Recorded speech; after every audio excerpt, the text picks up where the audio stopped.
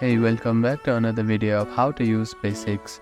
In this video, we are going to learn how to remove two-factor authentication from your Green Crypto wallet. First of all, find and open Green Crypto wallet application on your device and log in to your wallet.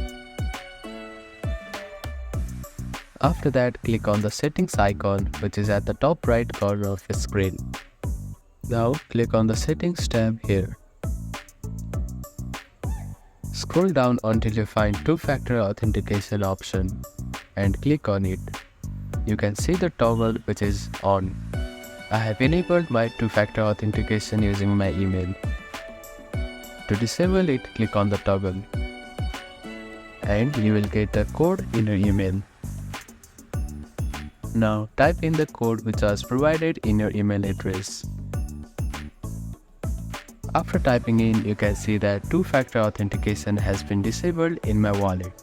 So that is how you can disable two-factor authentication in Green Crypto wallet. Thank you for watching this video. Please do not forget to like, share and subscribe to our channel and comment down if you have any queries.